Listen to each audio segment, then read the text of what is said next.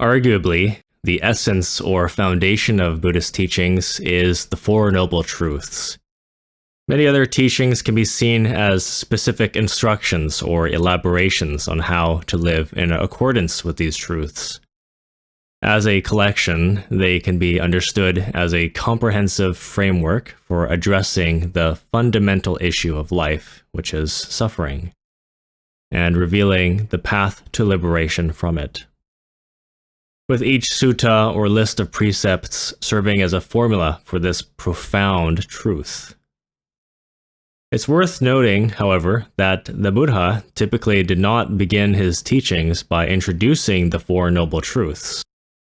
In the context of Buddhism during his time, these truths were considered more advanced teachings. Though not necessarily secret or exclusive, and the Buddha imparted them to lay people as well.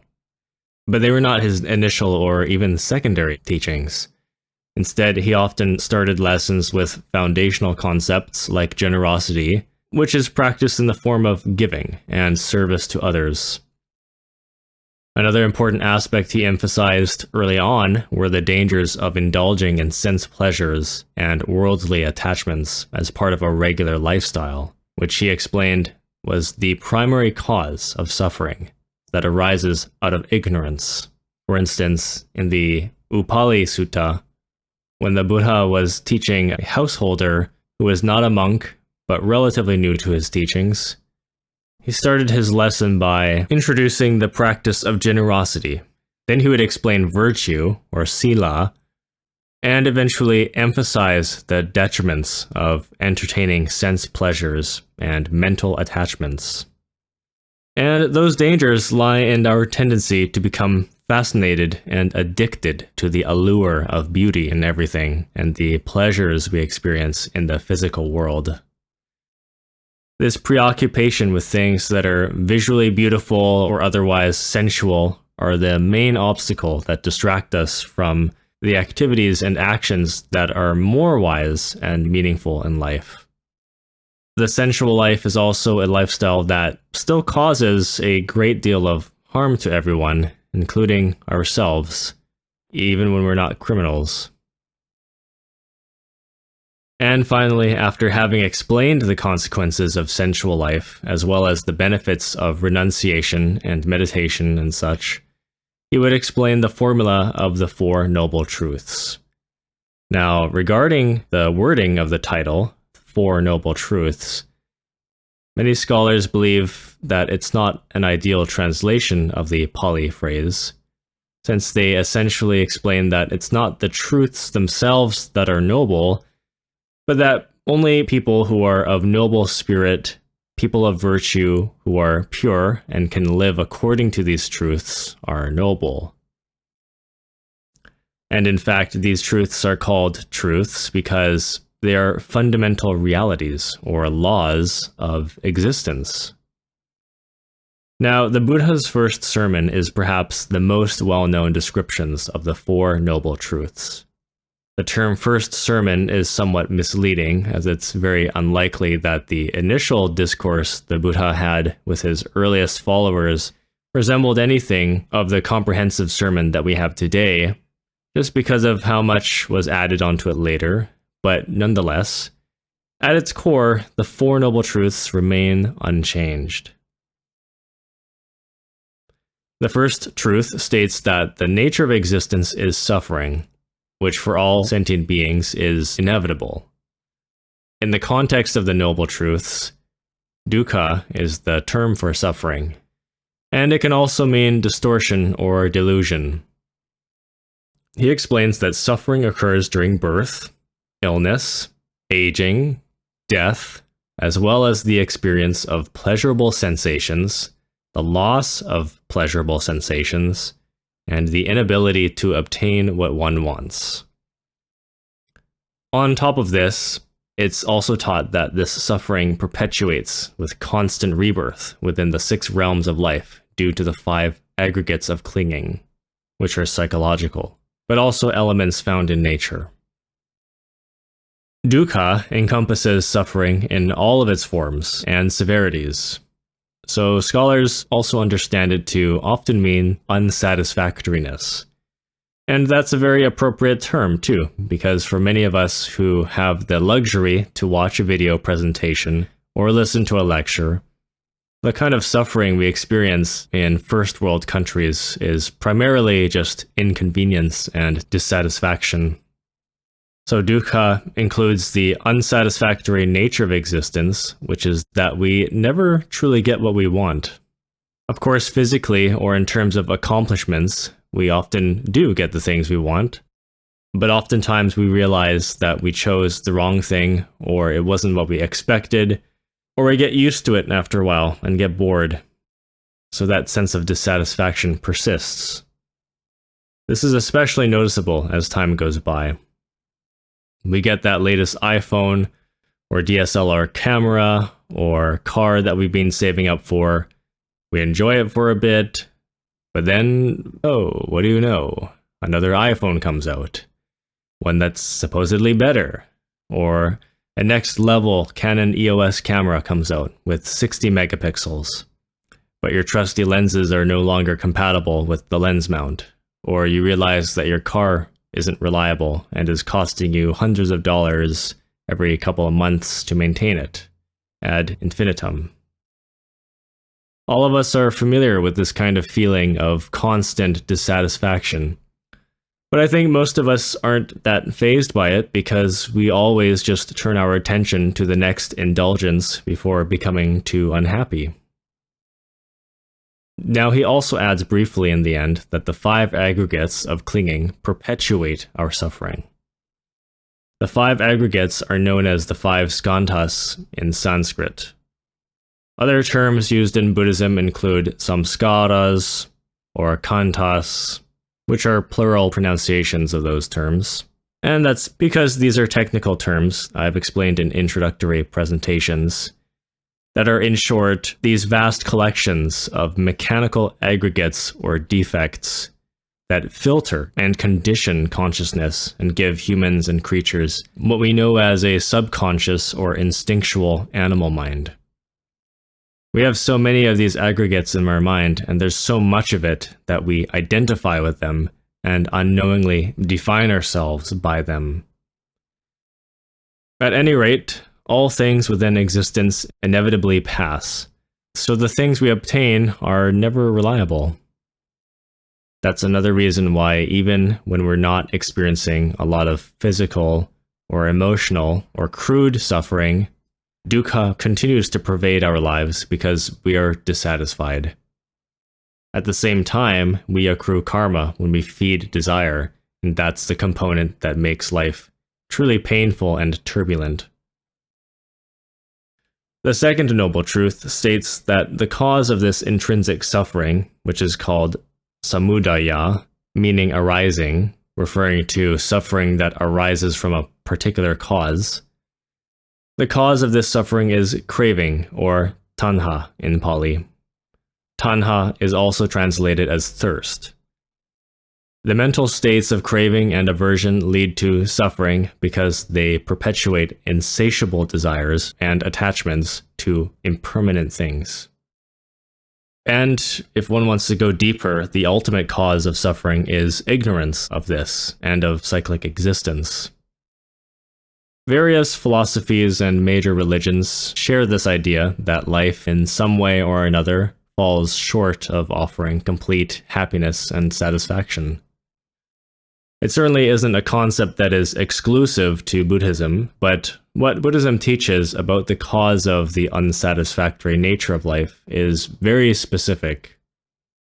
The Buddha explains in the first sermon that the origin of suffering and unsatisfactoriness, quote, is craving which leads to renewed existence, accompanied by delight and lust, seeking delight here and there, that is, craving for sensual pleasure, craving for existence, craving for extermination, end quote. So among the more obvious forms of craving, he mentions that we also crave existence, which is to say that we have the desire to stay young and live forever so that we can continue to entertain our other cravings. And at the same time, there are plenty of those who have a similar but opposite craving, which is the desire for non-existence or death.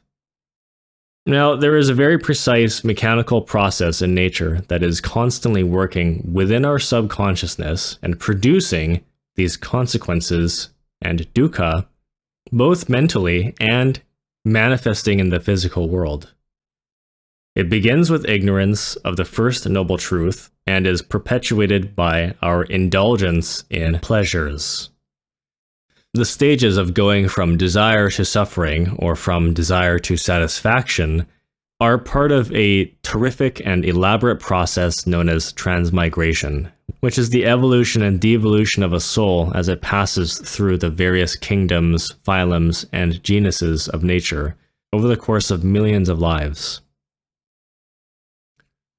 Now, about recognizing the unsatisfactory nature of existence, it takes some experience and very thoughtful reflection to realize that this intrinsic law is the very reason why we are constantly struggling in this state of pursuing happiness, but never sustaining it for long or for good. Because in reality, we are constantly diverting our attention to the next stimulating thing. The next Game of Thrones episode, the next paycheck, the next weekend, the next career advancement, the next big project, etc.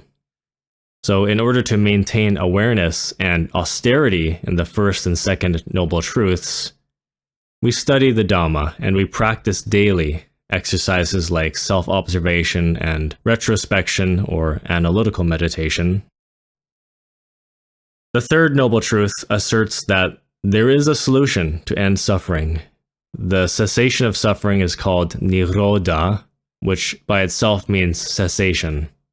The more popular and familiar term nirvana also means cessation, but it tends to refer to the state of consciousness or dimension nirvana. Scriptures related to the third truth teach the various practical methods and steps to end suffering, which generally involve service to others and the removal of mental aggregates that produce craving and attachment.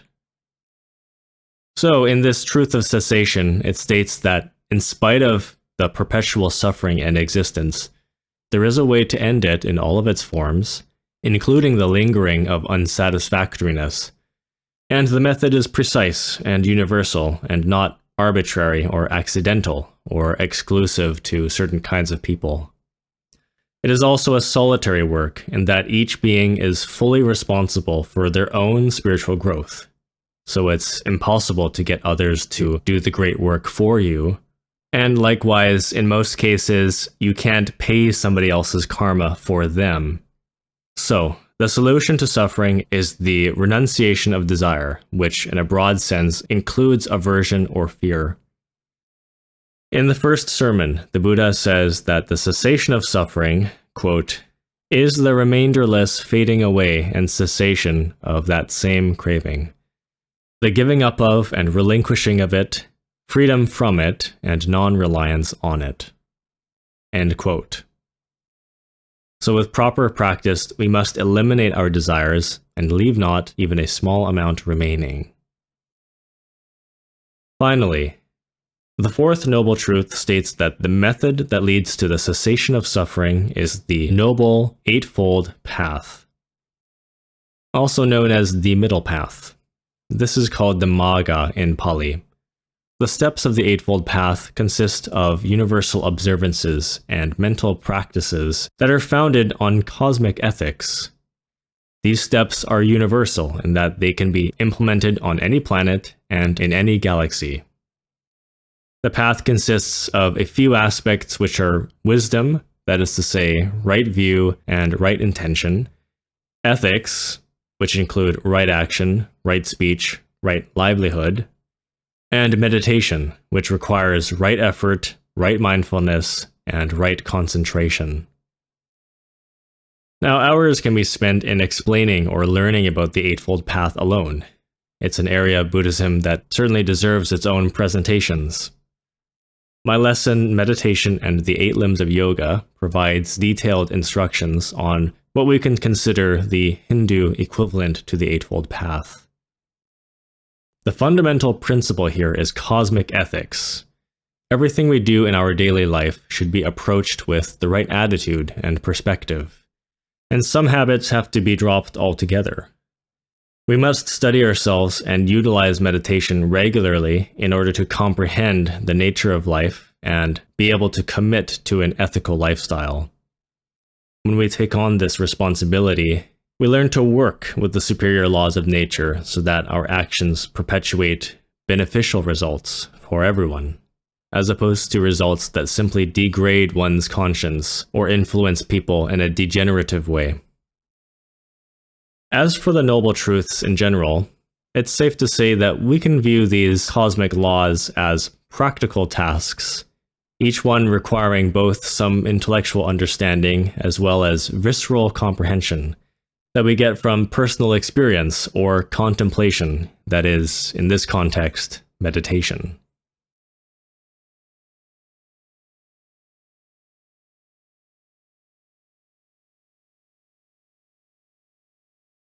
The Four Noble Truths are the essence of Buddhist teaching. With them can be found all of the other teachings Buddhism provides. All the suttas, stupas, sermons, and so forth are elaborations of the Four Noble Truths. And within these scriptures, there are many interesting philosophical and psychological insights. Advice to lay people, those who live a more ordinary household life, comments on the nature of the cosmos, teachings about the basic functions of nature and of animal behavior.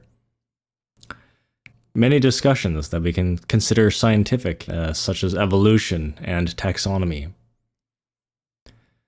but all of which are a service of the Four Noble Truths.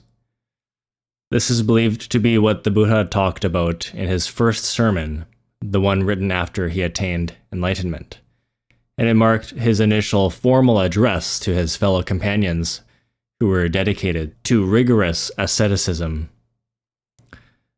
The Buddha had once practiced this extreme form of asceticism himself, but he eventually abandoned it upon realizing how unnecessary and restricting and difficult it was. And previous to his asceticism, he also had abandoned the comforts of worldly life, understanding that the lifestyle of pursuing desires and indulgences was superficial and incapable of providing any profound insight into the existential condition of humans. It was after these two lifestyles that the Eightfold Path, the middle path, was discovered to be the best way to liberation between the two extremes of austere asceticism and ordinary sensual household life. And there are another set of two extremes that we'll get to in a moment. The Four Noble Truths and the middle path together are profoundly integrated. The fourth truth is the Eightfold Path. The Eightfold Path contains practices that allow one to perceive the reality of the Four Noble Truths. The Buddha composed these formulas in a methodical and beautifully concise way. When this formula is read by Westerners, it's not uncommon for some people to struggle with believing even in the first noble truth, which asserts that life contains inevitable suffering, because there is the assumption that certain people and animals suffer, but not everyone. The basic principles like change and rebirth are not taken into consideration, though. So this interpretation of the first truth is very superficial and incomplete, because the Buddha's teachings explicitly mentions the primary forms of suffering that are inescapable if one does not follow the Dhamma. These are birth, illness, aging, and death. In one sense, we can be fortunate to live to old age, but at the same time, aging is a form of sickness. All the functions of the body and brain are in decline: hearing, sight, the immune system, muscle growth, thinking, and memory. So inevitably, after a person ages enough, they face a lot of physical and mental decline.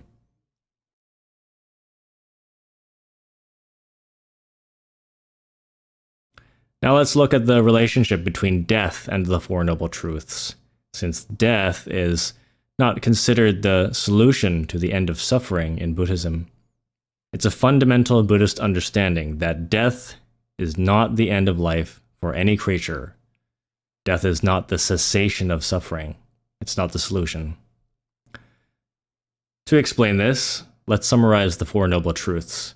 First, we have the truth that there is suffering, meaning that suffering is inherent to existence.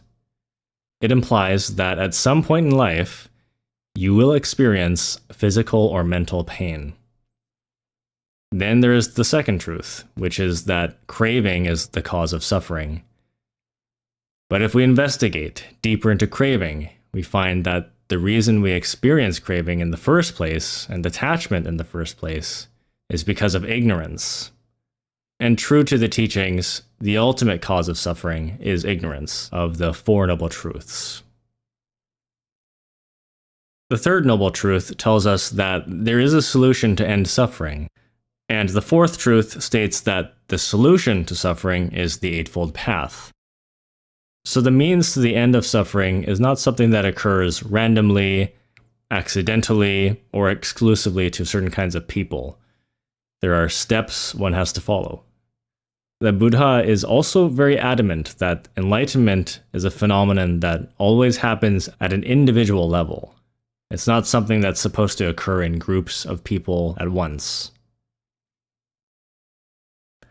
In today's secular society, in which people only trust scientific evidence or proof to be convinced of anything, when we come across the Four Noble Truths, we may have some resistance to the first truth, the truth of suffering, and may be tempted to think that with the advancements in science, we could potentially eliminate things like diseases and cancer, particularly heart disease, and comfortably live to 100 years on average or more, and then peacefully pass away and leave all of our worries behind. And from this perspective, suffering would no longer be a significant issue. But again, this is the wrong attitude, because the Buddha's intention with the Four Noble Truths was to induce the profound awareness that all of the suffering that occurs in life happens within an existence that is cyclic. It doesn't end after death, and it never will end unless you do something about it. To comprehend that and live according to these fundamental cosmic principles is the sole purpose of Buddhism. So people who adopt some of the philosophies and practices of Buddhism, typically the ones that suit their needs or interests, but disregard the Four Noble Truths, are not truly practicing Buddhism. What they are practicing is mysticism, because they're not living by the essential laws of the Dharma, laws such as service, sacrifice, elimination of defects, and living in such a way that they're cognizant of rebirth and death and karma. Some people have the idea that the continuation of consciousness after death is just metaphoric and something that only people from the time of the Buddha took seriously. This concept of symbolic rebirth is deeply mistaken. That meaning was never the intention of the Buddha, of the suttas. And there's no requirement to believe or accept everything as a practicing Buddhist. There's no declaration of faith, but to disbelieve or remain unaware of the fact that rebirth and recurrence are inextricable from the Four Noble Truths is to set yourself up for failure that will unfold in the form of conscious deterioration. The problem of suffering is the most severe problem because it is a phenomenon that only occurs within the sphere of existence. Any imaginable place or dimensional plane carries the potential for suffering, so the only way to end suffering is to stop existing. This means to somehow move outside of the realms of existence. And again, to die is not to stop existing, unless you believe in nihilism or annihilationism, which is essentially the belief that everything ends and nothing remains after death. All life, perceptions, sensations, sense of self just end completely. And the Buddha discussed the annihilationist belief during his time, and it was a common belief. This is another reason why the Eightfold Path is called the middle path, because it's a perfectly balanced method to happiness between the two extremes of asceticism and ordinary sensual life. And I would say that the widespread secular, materialistic, atheistic belief that nothing happens after death is somewhat of a recent phenomenon in the West that probably arose around the beginning of the 20th century. Christianity has become obscure with all of its different denominations and schools that, at least in Canada, maybe not so much in the States, people just so easily reject the existence of God or heaven or hell because of how fantastical and irrational the statements in the Bible seem. We automatically assume the materialistic, scientific point of view because we don't have anything else to refer to. We don't recognize spiritual or divine appearances or presence. Nobody knows what that is, so most people don't feel as though they've had any personal experience with divinity. We only trust what can be proven in numbers and statistics. One common criticism against religion is that it has generally promoted the wishfulness to conquer death. Outside of Gnosticism and Dharma, religious thought in general grapples with the fear of death through beliefs like total annihilation, or in an opposing way through comforting but erroneous concepts about the afterlife. This critique may be effective for many Western religions, particularly Christianity and some other theistic belief systems. But Buddhism doesn't champion a strong enthusiasm for life after death, nor does it handle death from a place of fear, since these two states of excitement and fear are polarized psychological states that must be avoided on a regular basis in order to train the mind to be still and neutral, as this prevents rebirth. So as stated before, in Buddhism, the major issue with death is that it doesn't lead to the cessation of suffering. Death is just a short break, a momentary transition from one life to another. So if this is a possible truth, would you risk your physical and mental comfort by assuming that nothing will happen after death? Well, with certain branches of Christianity, if you believe in Jesus, you will be accepted into heaven forever. So there is no problem of suffering after death. And with annihilation, again, there are no issues with suffering. Whether you're suffering or not, everything will be easier after you die and cease to exist. Nothing else happens after that, everything ends. So there is no problem of suffering after death unless the belief is false. Buddhist thinking is radically different. The very problem Buddhism has is existence itself. What happens after you die? How will you exist? What will the quality of your life be? These are the questions it raises. Because if you consider the state of annihilation after death, how would you be able to know this? You are annihilated.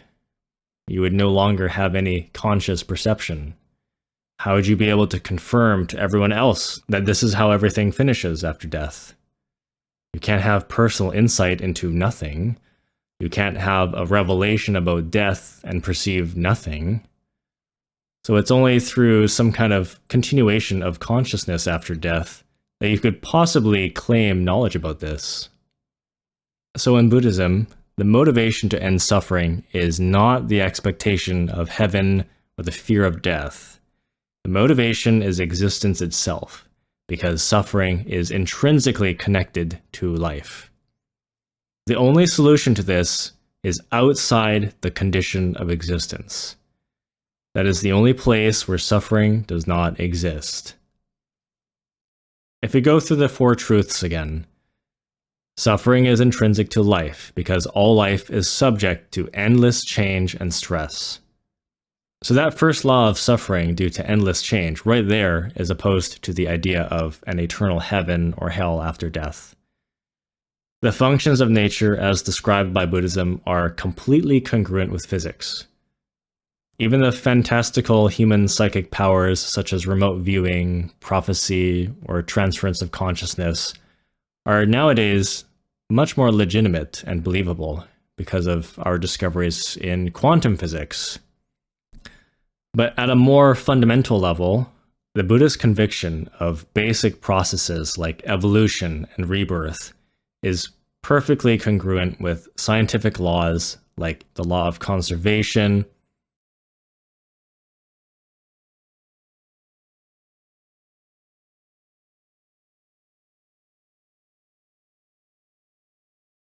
the second law of thermodynamics, entropy, which states that any system or living thing that is made up of elements or compounds must work together in an organized and superior way in order to keep the system or organism going. Entropy also states that systems and things are subject to the eventual decay and disorganization of elements or compounds. This is the law that puts an end to all the cycles and living things in nature. So for there to exist an eternal heaven or hell in which the beings there exist forever would violate the basic laws of the universe. Now, having said that, Buddhism does have the concept of heaven and hell, and they are taught as real, literal places that beings experience and live in. They are not to be mistaken for symbols or metaphors.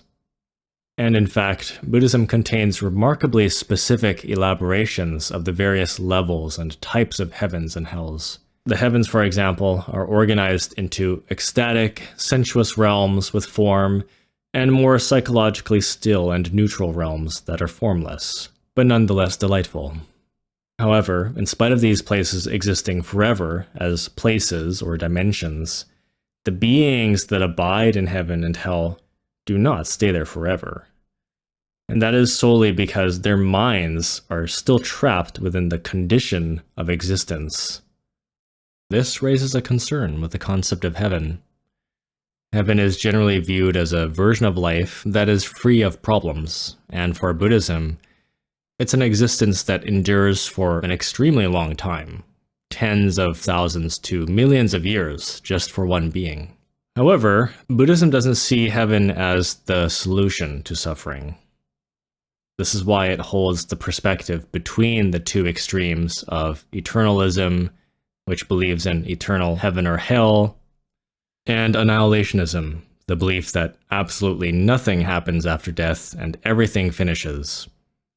Buddhism doesn't subscribe to the idea of being annihilated upon death, nor does it endorse the notion that just being good or following a specific faith will lead to eternal bliss in heaven. Both of these concepts are rejected. Buddhism offers a very realistic and logical perspective that acknowledges that all situations, both good or bad, are temporary and will eventually change into something else. So the ongoing impermanence of states is the fundamental problem with life. So the second noble truth is the cause of suffering, which is generally said to be craving, or taught as the three poisons within the wheel of samsara, or the bhava chakra. These are ignorance, craving, and aversion. Craving is usually just a form of attachment. So this also applies to the things we strongly don't want, because we carry that sense of attachment to more preferable outcomes. We strongly don't want to lose our job, for instance. So these two polarities of mental states, craving and avoiding, are magnetized states that we allow ourselves to feel because of ignorance. This is what Buddhism believes keeps us trapped in perpetual cyclic existence.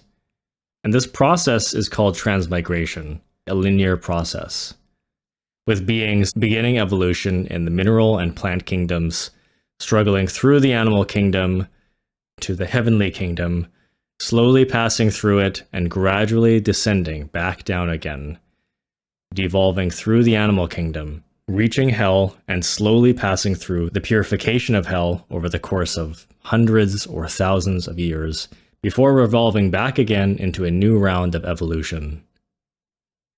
We continually pass through these realms and experiences, all because of a lack of understanding of this fundamental dilemma that all beings face.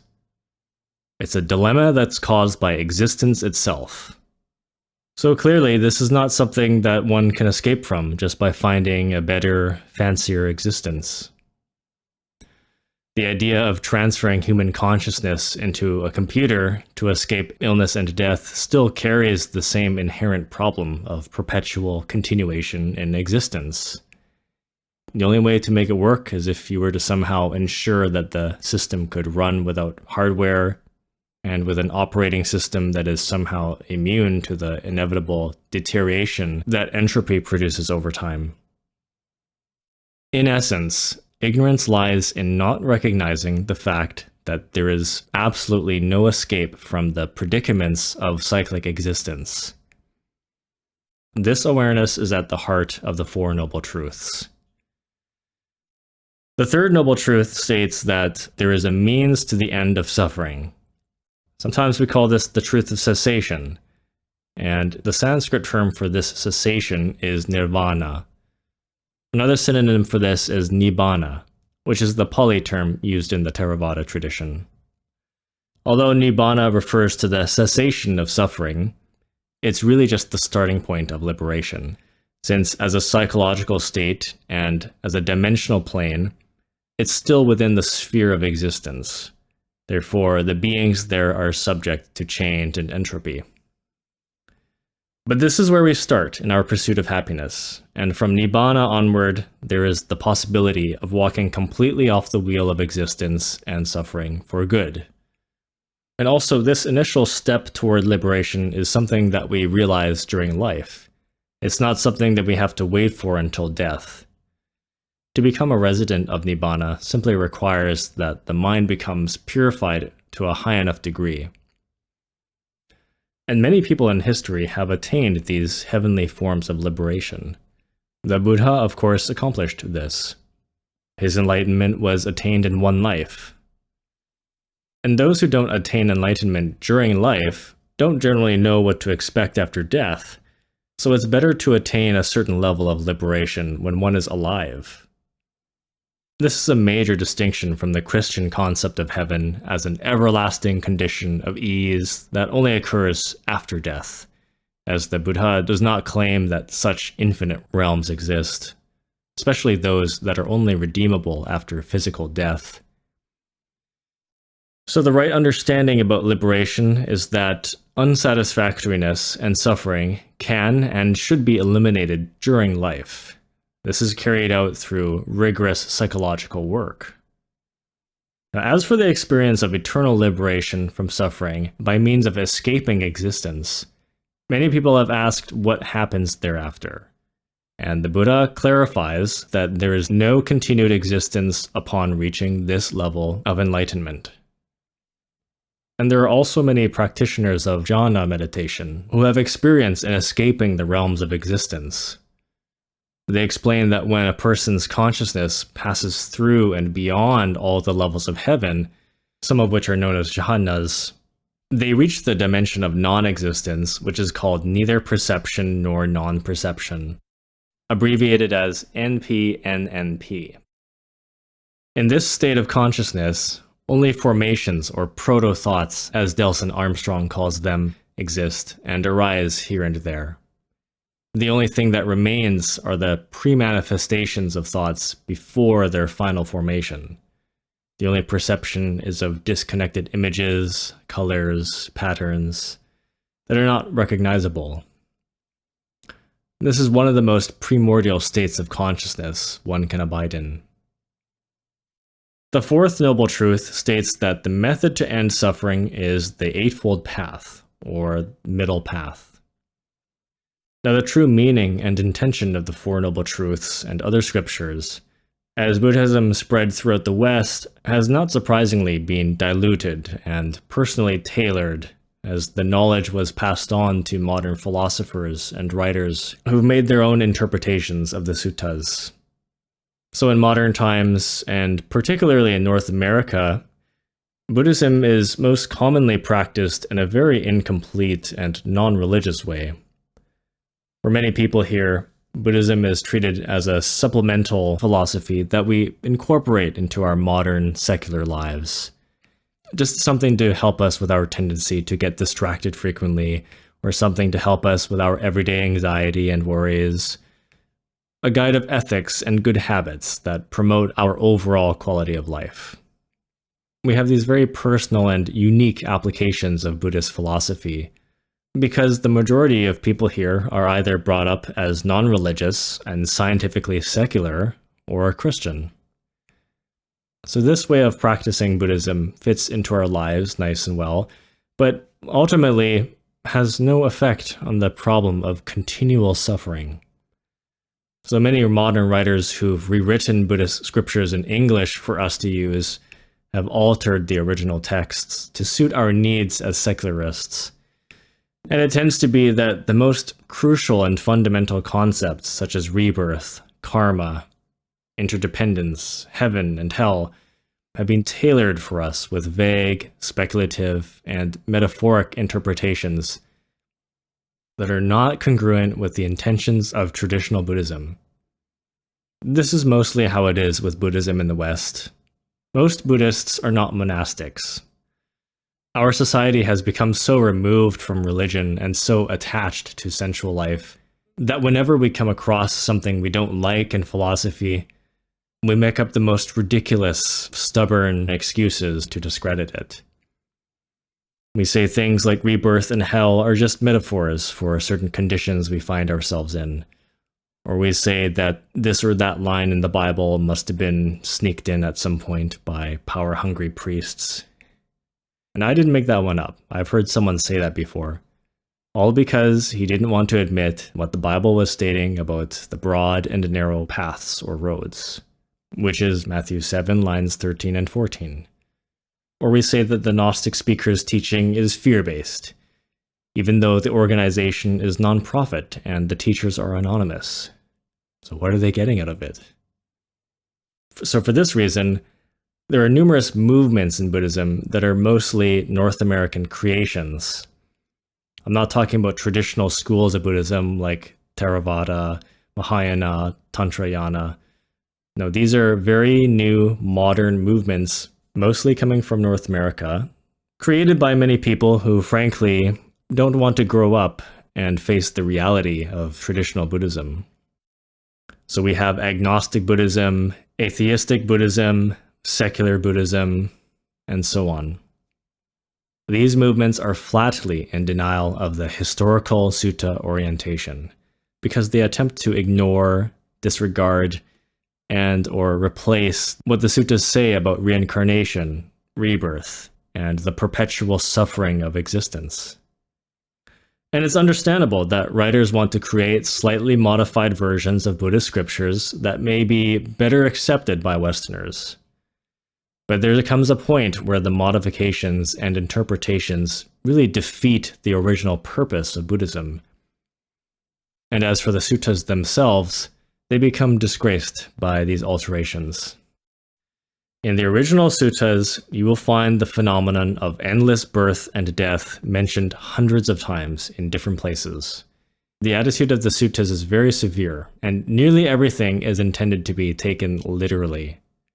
They clearly state that there is no way to get around constant rebirth if one does not follow the complete Dhamma. To be in denial of this, I would say, is somewhat pathetic, because here we have a crucial responsibility regarding the evolution of your soul. And just because we want to enjoy our life, or just because we fear things like hell, we can't admit it, we can't own up to this responsibility of Dharma, and make the lifestyle adjustments required. We'd rather pretend that it's all symbolic. These essential principles are explicit in the suttas. Now, whether or not the suttas are true, the point here is that anyone who denies that these concepts are part of the original teachings of the Buddha has very strong intentions to alter the truth. These days, the suttas are available in English, so anyone can read them. And when you pick some of these up, you can see the very distinct modifications and interpretations made by the writers and philosophers with materialist and annihilationist perspectives.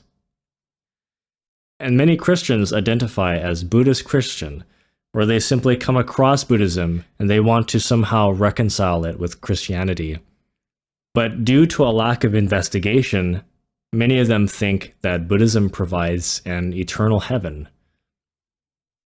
These are the two extreme beliefs that have always been around. The middle path claims that the condition of life is very much in between these two views. So the meaning of the eightfold path is quite straightforward if looked at in the context of a spiritual path that one takes. It's only when you learn about how the middle path is supposed to be applied to your attitude and psychology that things become a bit more subtle. But this is not subtle. Ongoing cyclic existence through the 6 realms of life is repeated hundreds and even 1,000 or couple thousand times throughout the enormous collection of the Buddhist scriptures from the Pali Canon.